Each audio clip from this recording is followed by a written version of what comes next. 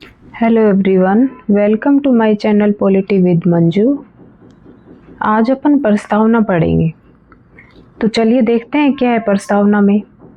भारतीय संविधान की प्रस्तावना प्राइम्बल, जिसे संविधान की आत्मा कहा जाता है, ये अम्बेडकर जी ने कहा है प्रस्तावना को संविधान की आत्मा।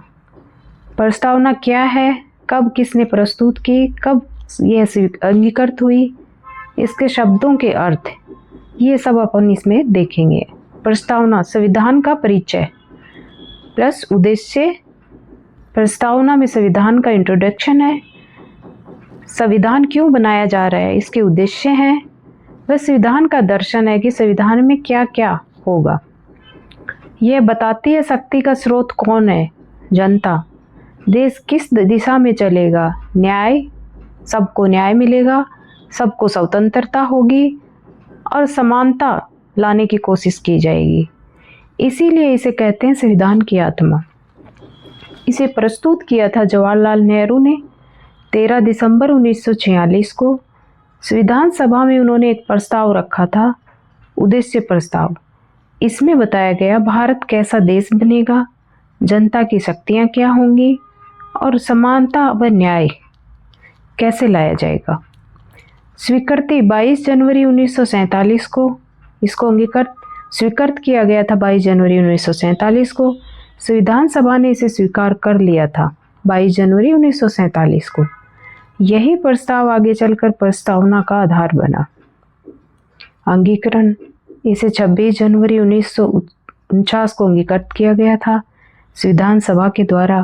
पूरे संविधान को अपनाया और प्रस्तावना भी उसी दिन अंगीकृत हुई थी। 26 नवंबर 1949 को पूरे संविधान को अंगीकृत किया गया था और प्रस्तावना भी उसी दिन अंगीकृत हुई थी। लागू 26 जनवरी 1950 को संविधान लागू हुआ था। इसीलिए हम 26 जनवरी 1950 को गणतंत्र दिवस मनाते हैं।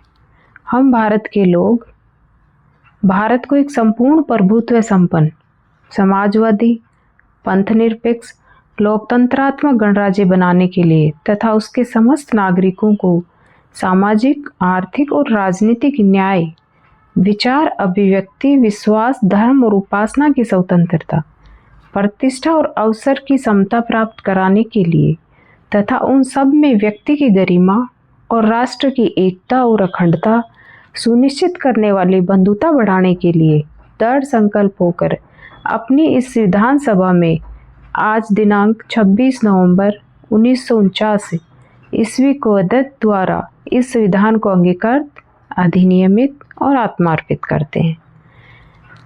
तो देखते हैं इसके एक एक शब्द का क्या मीनिंग है। हम भारत के लोग, असली शक्ति जनता के पास है, संविधान जनता ने बनाया है।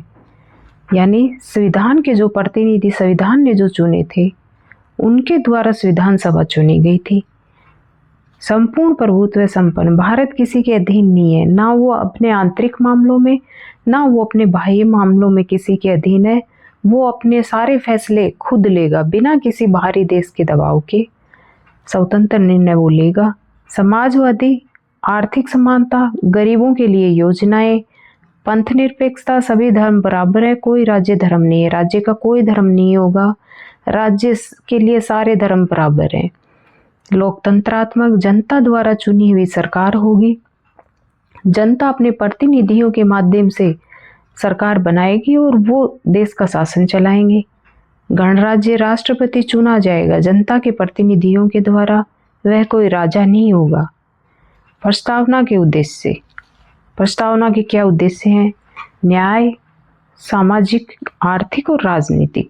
इसमें 3 तरह के न्याय की बात की गई है, वे सीक्वेंस में पूछ लिए जाते हैं, तो ये याद रखिएगा। स्वतंत्रता, विचार की स्वतंत्रता, अभिव्यक्ति की और विश्वास की, ये 3 स्वतंत्रताएं प्रस्तावना में बताई गई हैं।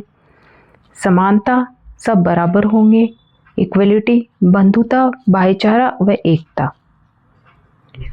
अब कुछ केसेस हैं जिनके बारे में सुप्रीम कोर्ट ने अपने फैसले दिए हैं कि प्रस्तावना संविधान का भाग है या नहीं है। तो बेरीवारी यूनियन केस 1960, सुप्रीम कोर्ट ने कहा कि प्रस्तावना संविधान का हिस्सा नहीं है।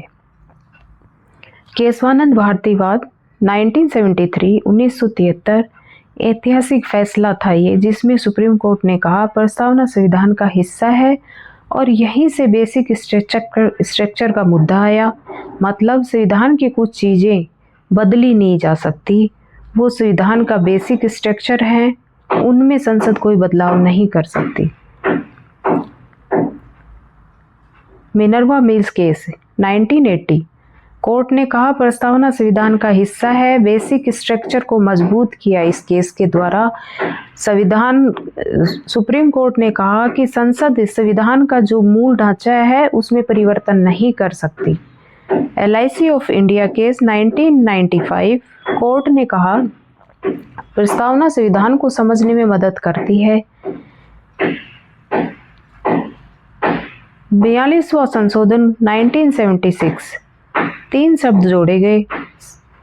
42वां संविधान संशोधन 1976 के द्वारा इसमें ये तीन शब्द जोड़े गए जो मूल संविधान में नहीं थे। समाजवाद, पंथ निरपेक्षता और अखंडता, ये शब्द प्रस्तावना में बाद में जोड़े गए, मूल प्रस्तावना में ये नहीं थे। प्रस्तावना संविधान की आत्मा है, ये बताती है कि भारत किस दिशा में चलेगा। ओवरऑल व्यू प्रस्तावना में दिया गया है संविधान का। अब देखते हैं अपन कब क्या हुआ प्रस्तावना में। तो 13 दिसंबर 1946 नेहरू ने प्रस्ताव रखा था। 22 जनवरी 1947 स्वीकार किया गया था। 26 नवंबर 1949 अंगीकृत किया गया था।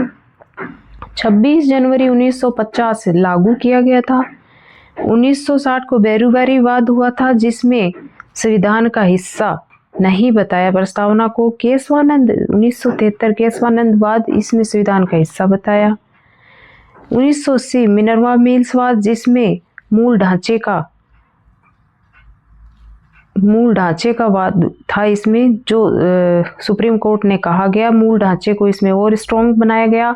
इसमें कहा गया कि संसद 42वें संविधान संशोधन के द्वारा संविधान के मूल ढांचे में कोई परिवर्तन नहीं कर सकती। तो ये थी दोस्तों प्रस्तावना। आई होप आप लोगों को समझ में आई होगी। तो इसी तरह से संविधान को आसान भाषा में समझने के लिए मेरे चैनल पॉलिटी विद मंजू को लाइक, शेयर एंड सब्सक्राइब जरूर करिएगा। धन्यवाद।